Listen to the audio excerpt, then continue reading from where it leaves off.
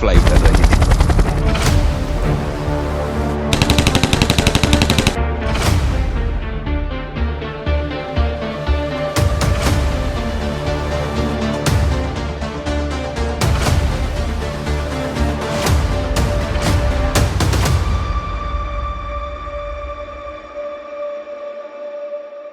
नमस्कार, सत श्री अकाल, जय हिंद, जय भारत।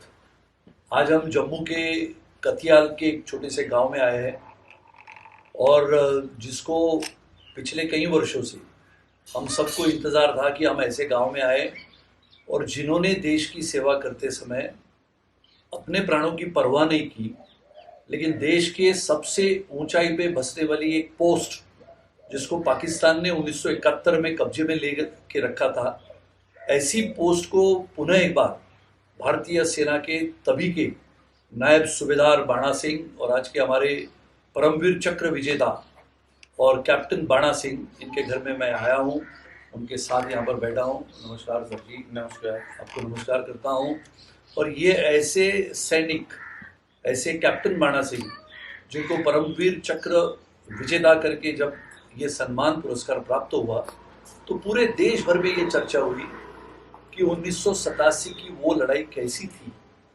हम जब चर्चा करते हैं सियाचिन के बारे में तब हम सोचते हैं कि सियाचिन के पर्वतों पे तापमान अगर आज भी देखा जाए तो तापमान शून्य के नीचे 50 डिग्री होता है। 1987 में करीबन 38 साल पहले भारत ने एक ऐसी लड़ाई लड़ी थी जो कल्पना के बाहर थी। ये कहा जाता है कि पूरे भारत भर में और पूरे विश्व में इतनी ऊंचाई पे लड़ाई लड़ने वाला जो अपना सैनिक था, जो अपने नायब सूबेदार थे, जिनके नेतृत्व में वो लड़ाई लड़ी, तो वो लड़ाई में तापमान शून्य से नीचे 45 डिग्री था। तो वो लड़ाई कैसे लड़ी गई? पाकिस्तान उस चौकी के ऊपर बैठा था और हमारे सैनिकों को नीचे से करीबन 19,000 फुट की ऊंचाई पे ऊपर चढ़ना था और 21,000 फुट की ऊंचाई पे वो चौकी बनी थी जो पाकिस्तान ने कब्जे में लेके ली। आज हमारे साथ वो लड़ाई लड़ने वाले बहादुर, साहसी, देशभक्त, देश प्रेमी और जिनके बारे में चर्चाएं पूरे देश में होती है, ऐसे परमवीर चक्र विजेता कैप्टन बाणा सिंह आज हमारे साथ है। मैं बाणा सिंह साहब को ये पूछना चाहता हूँ कि 1987 की याद, 38 साल पहले की वो लड़ाई जहाँ पर 21,000 फुट की ऊंचाई पे चौकियाँ बनी थी और वो चौकियों पे बसा हुआ पाकिस्तान के सैनिकों को खदेड़ना था, मारना था और उस चौकी को लेना था, तो क्या आपके मन में तभी ये विश्वास था कि जब आपको कमांडर ब्रिगेडियर तभी के उन्होंने कहा कि बाणा सिंह आपको जाना है 21,000 फुट की ऊंचाई पे और हमारे सैनिकों को वहां पर शहादत मिली हुई है, हमारे सैनिकों को पाकिस्तान ने ऊपर से गोलीबारी करते हुए मार दिया है, आपको अभी 19,000 से 21,000 फुट की ऊंचाई पर जाना है, पूरे पर्वतों पे बर्फ लगी हुई है, चढ़ना वहां पर सोचना भी ये गलत हो सकता है। ऐसे पहाड़ों पे, बर्फीली पहाड़ों पे 21,000 फुट ऊंचाई पे जाके लड़ाई करनी है, आपके मन में क्या आया होगा तब? सबसे पहले क्या कि ये मेरी पलटन को वहाँ पर डिप्लाई किया गया सियाचिन में, तो इसके पहले कोई ऐसी बात नहीं थी क्योंकि होती होगी जहाँ पर लड़ाई के प्लान किया है। तो फिर कमांडर साहब 102 के कमांडर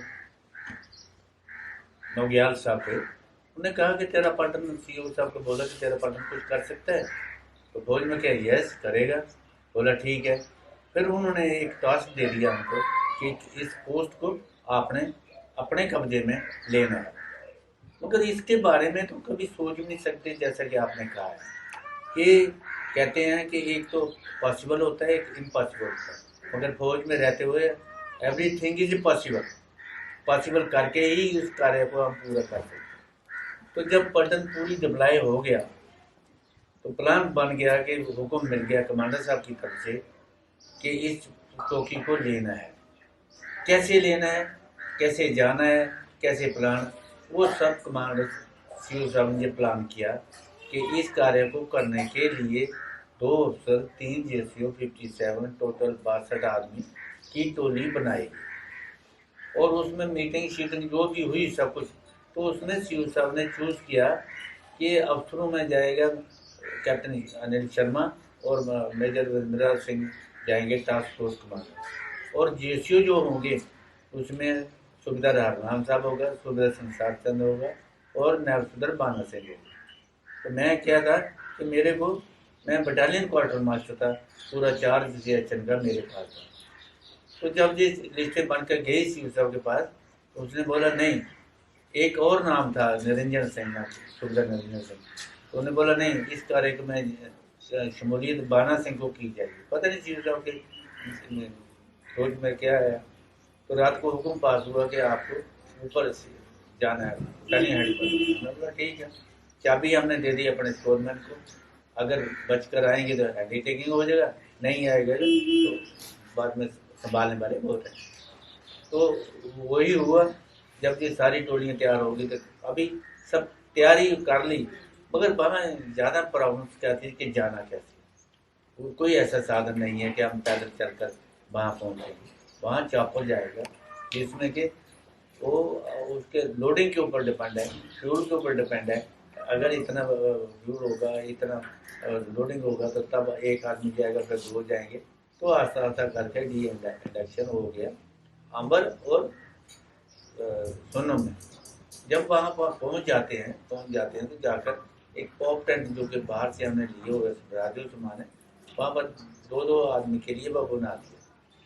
तो हमने जो ट्रायल किया कि क्या आदमी जीवित रह सकता है या नहीं, और हमें भी फीलिंग हुआ कि वाकई यहाँ पर ऑक्सीजन की कमी होने के कारण काफ़ी मुसीबतें आ सकती हैं।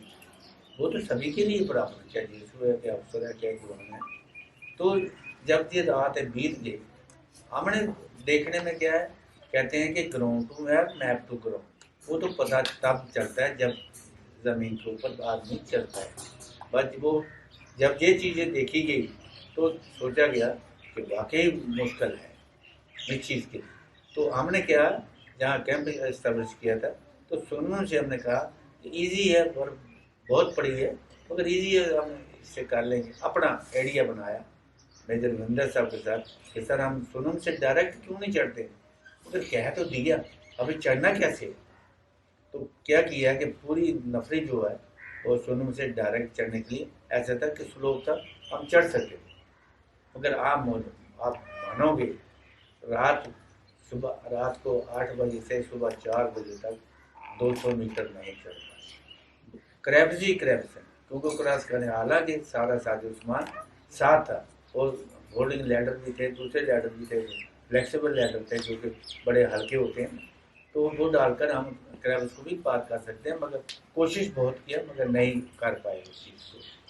जब ये दिन निकला तो वहाँ पर दिन और रात एक ही है, क्योंकि स्नोफॉल हो रहा है, दिन को भी हो रहा है, रात को भी हो रहा है। तो हुक्म मिला कि मेजर साहब ने बात किया सी सर से कि हम पीछे वापस आना चाहते हैं, बट जहाँ पर हमें कैंपस हो, तो फौज में जा तो करो, नहीं तो मरो। वो तो एक फाइनल आर्डर है, या करना है तो करके दिखाना है। तो सी साहब ने बोला ठीक है, बोल दिया उस समय। जब हम दोबारा कैंप में पहुँच गए तो सी साहब ने हेलीकॉप्टर लिया और वहाँ वो कुछ बोल दिया जो कि उनके दिल में आ गया गुस्से में, कि मेरे को कोई पता नहीं है, मैं पोस्ट चाहता हूँ, चाहे ये 62 आदमी जीवित रहे या ना रहे, मैं चाहता हूँ कि पोस्ट आ जाए। अगर नहीं आती है, 800 जवान जो है वो उस पोस्ट को लेने के लिए तैयार बैठे हैं और लेकर छोड़े। हुक्म है फौज में, ऐसे सीधी उंगली से ये नहीं निकलता है, टेढ़ी करने ही पड़ती। तो वो जब ये चीज़ होगी तो दोबारा जो सा अपने राजीव पांडे साहब के साथ सेम ट्रैक हमने अडॉप्ट किया, रस्सा बांध कर आकर रिपोर्ट दे दी कि सर हम चढ़ने के लिए तैयार हैं। उन्हें बोला ओके ठीक है। मेजर साहब ने सबको पालन किया और ये भाषण दिया कि सबसे आगे मैं आऊँगा, अगर किसी ने पीठ दिखाने की कोशिश की, पहला अफसर मैं आऊँगा छूट कर। उन्हें बोल दिया। तो कौन ऐसा सोच सकता है, सोचता भी नहीं है, मगर होता ही है कि जब ऐसे लड़ाई के दौरान में ऐसे कोई मुसीबत आ भी जाए तो फिर कुछ करना ही पड़ता है। तो 4 टोली बनी, जिसमें मेजर साहब, सुबेदार नाम, सुबेदार सरदार और नक्सल बाना। जब ये चढ़ना शुरू किया तो पूरा रोबोट था, क्लोथिंग था, रस्से थे, हर एक चीज़ थी हमारे पास। आस्ता आस्ता जब हम रात ऊपर पहुँचे अभी आप 19,000 से 21,000 जा रहे हैं। जा और ये बात आप सबको ये जानकारी होगी कि तभी पहले रात को करीबन 19 जून की ये बात होगी, 19-20 जून 1987 की। तो इनका पूरा जो ग्रुप था और रात भर उस बर्फीली ठंड में पर्वतों पे बर्फ में एक बड़ा खड्डा करके उसमें बैठे रहे रात भर। बाद में पता लगा कि 150-200 मीटर ही ये चल पाए हैं। और रात भर वहां पर बैठने के बाद ये जो आखिरी चढ़ान थी 2-2,500 फुट की, वो बाणा सिंह जी के नेतृत्व में बाकी के सभी लोगों ने चढ़नी शुरू की। ये वहां से ही शुरू होता है जी। तो वो क्या हुआ कि जब मेजर साहब पहुंच जाते हैं तो उन्होंने बोला कि बाना साहब की सेक्शन कहाँ है। बोले, हमने बोला कि हम आ रहे हैं सब। मगर क्या है कि मैंने सीखा है कि जब आदमी ओवर क्लेवर हो जाता तब मारा जाता है। अपनी ताकत से बाहर लोड को उठाना और अपने आप को शिखा में डालना बराबर हो जाता है। तब पाकिस्तानियों को ये था कि यहाँ पर कोई आ ही नहीं सकता है, मगर उनके जहन में ये नहीं कि यहाँ से कोई जा ही नहीं सकता है, हिंदुस्तानी फौज आ गई है और यहाँ से कोई नहीं जा सकता है। वही किया हमने। जब ऊपर पहुँचे हैं तो सीधा चलो, फिर राइट, फिर ऊपर करो। जब ऊपर पहुँचे हैं तो पहले टोली जो है हरनाम साहब की गई है, मगर बदकिस्मती से हमें कामयाबी नहीं मिली है। होता है लड़ाई के दौरान काफ़ी मुश्किलें आती हैं। दूसरे दिन सूबेदार सिंह साहब को, और तीसरे दिन क्या कि फिर मेरी सेक्शन थी जो कि आबादी इस कार्य को पूरा करने के लिए उनको सब इकट्ठे हो गए। ऐसी कोई बात नहीं है कि बहादुरी सभी की है, तो बाना सिंह की अकेली बहादुरी नहीं थी, मगर क्या था कि सबको ताकत, सबको हिम्मत भरने के लिए एक लीडर बनाया जाता है, जो कि मेरे को एक नेचुरल होते हुए नाते ये किया।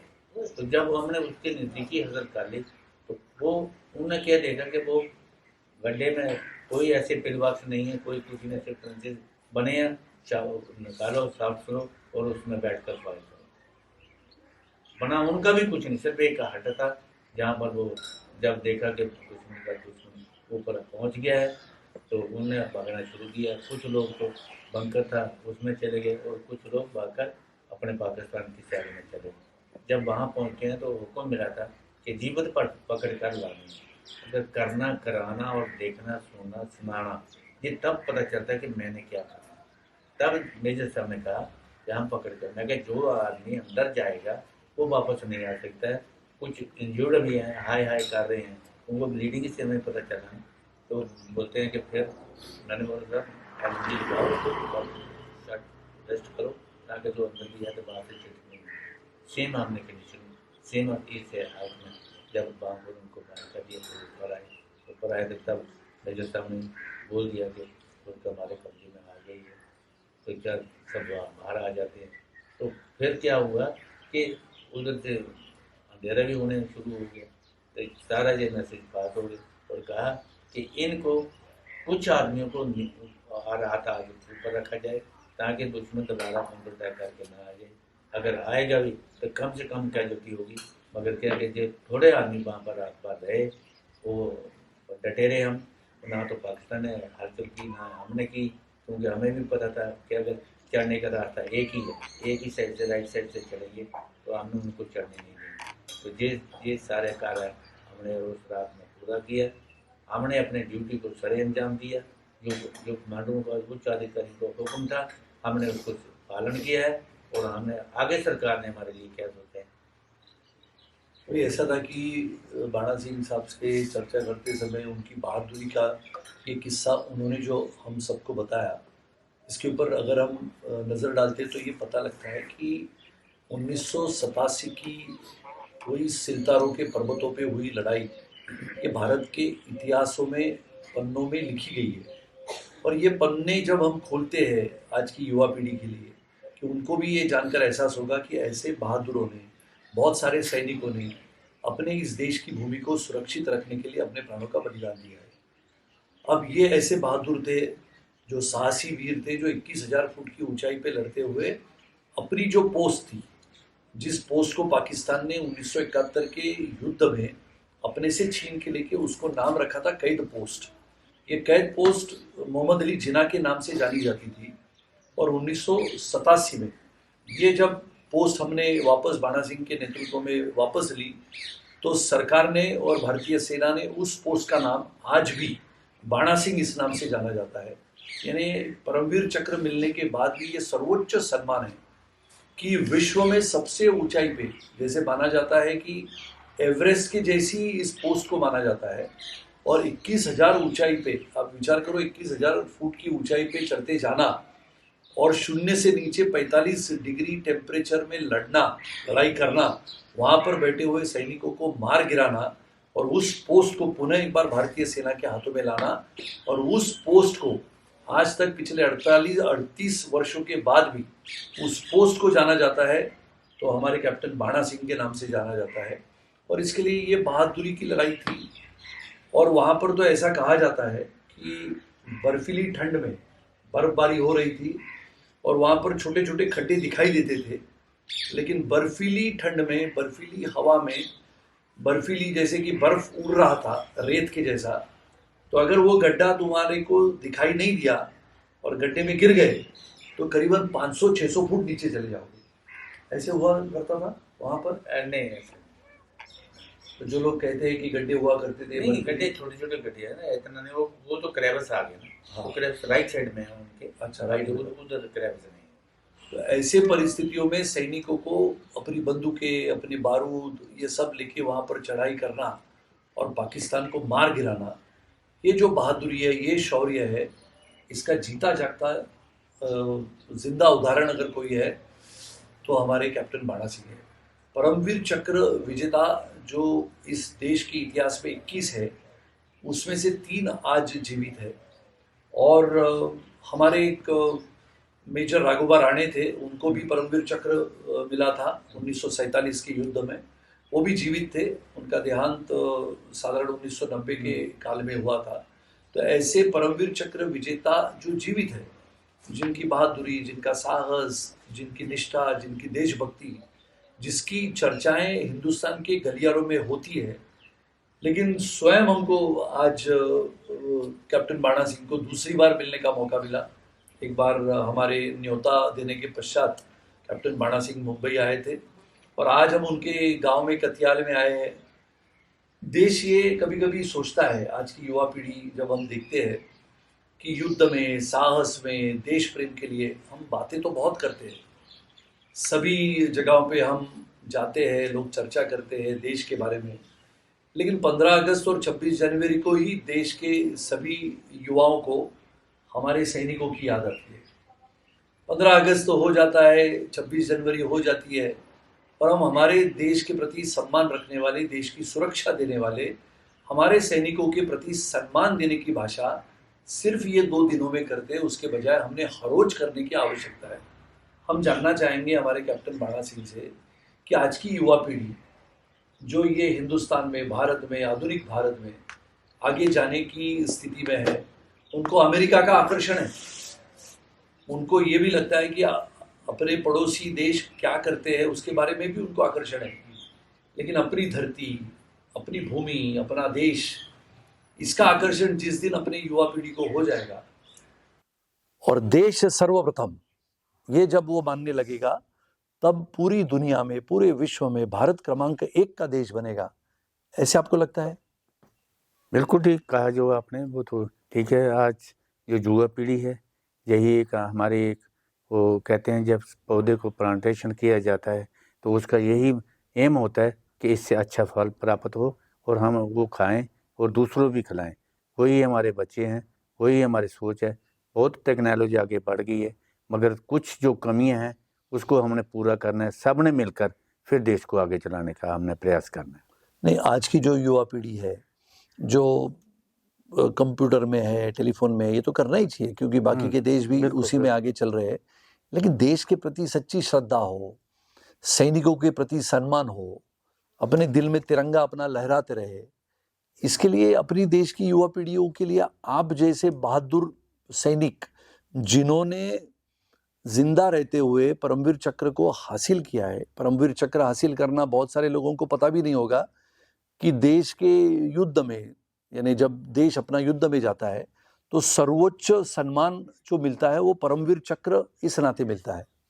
तो ये मिलने के बाद आज की पीढ़ी के लिए एक संदेश, जैसे कि कैप्टन बाणा सिंह ये नाम नहीं है, कैप्टन बाणा सिंह ये समय है, जिन्होंने ये समय को जिया है। 1987 से लेके, यानी 1971 के युद्ध में भी आप थे, तो 71 का युद्ध हो, 87 का युद्ध हो, 99 का युद्ध हो कारगिल का, आप तो 2000 में शायद निवृत्त हुए।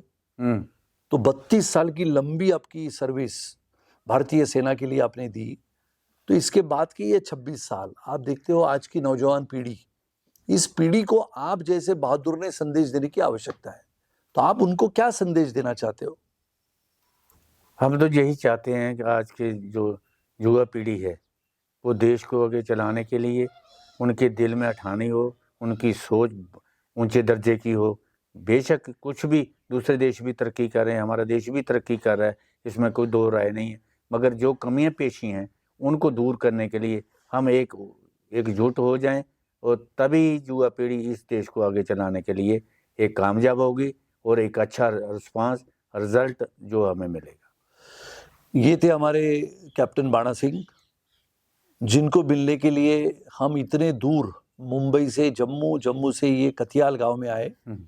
ये कारण ही ये था कि अपने जीवन में हम सब करते हैं, नौकरी करते हैं, काम धंधा करते हैं, बहुत सारे देशों में जाते हैं, सब काम करते हैं, लेकिन ऐसे वीर बहादुरों को मिलने का मौका इस देश में हजारों को भी मिलता है कि नहीं, ये मेरा प्रश्न है। तो ऐसे बहादुर सैनिकों के घर आना, उनको मिलना, उनसे बातें समझ के लेना, और वो सब लड़ाइयों में, वो सब युद्ध में जिस प्रकार से अपनी जान को खतरा होने के बावजूद चाहे जान चली जाए, आज चित्रपटों में, पिक्चरों में ये देखना बहुत आसान होता है, लेकिन सच्ची लड़ाई 21,000 फुट पे लड़ते समय अपने प्राणों का बलिदान करने के लिए भी तैयार होने वाले ऐसे साहसी वीर पुरुष को मिलने का मान हम सबको मिला। इसके लिए मैं आप सबको धन्यवाद और विशेष रूप से कैप्टन बाणा सिंह जी को धन्यवाद देता हूँ। आप इस गांव में आके पिछले 25 वर्षों में, ये अपना ही गांव है और ये गांव में आप बसे हो। मैं देश के तमाम युवाओं को ये अपील करना चाहता हूँ कि ऐसे वीर बहादुर सैनिकों के सम्मान करने के मौके आपको शायद मिल सकते हैं। जैसे उन्होंने कहते कहते एक बात की कि पहले तो सैनिक अगर निकलता था तो लोग उसको सलाम करते थे, उसको सैल्यूट करते थे। आज अगर अपना सैनिक निकलता है तो युवा पीढ़ी को ये समझना होगा कि ये सैनिक है और ये सैनिक के वजह से अपना देश सुरक्षित है। तो इसके लिए, उसके सम्मान के लिए भारत की आधुनिक पीढ़ी ने भी जिम्मा लेने की आवश्यकता है। इनको, या फिर आज की सैनिकों की पीढ़ी को ये लगता है कि अगर हम लड़ जाएं चाहे युद्ध में और हमें अगर शहादत भी स्वीकार हो तो पूरा देश हमारे परिवार के साथ खड़ा है, ये विश्वास अगर हम दे सकते हैं तो आज की आधुनिक पीढ़ी के भी नौजवान, हमारे होनहार सैनिक इस देश की सरजमी के लिए, इस भूमि के लिए अपने प्राणों के बलिदान करने के लिए तैयार हो। लेकिन क्या हम सब भारतीय उनके साथ, उनके परिवार के लिए सदैव खड़ा रहे, ये वचन अगर हम देते हैं तो ऐसे बहादुर सैनिक आज उम्र की 80 पार करने के बाद भी हमारे लिए सुबह से तैयार बैठे थे।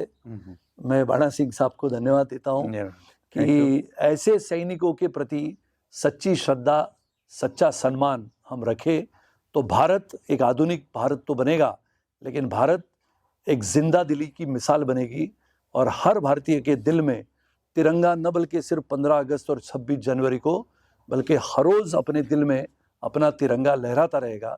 यही विश्वास देते हुए बाणा सिंह साहब का हम धन्यवाद करते हैं। सत श्री अकाल, जय हिंद, जय भारत। Thank you.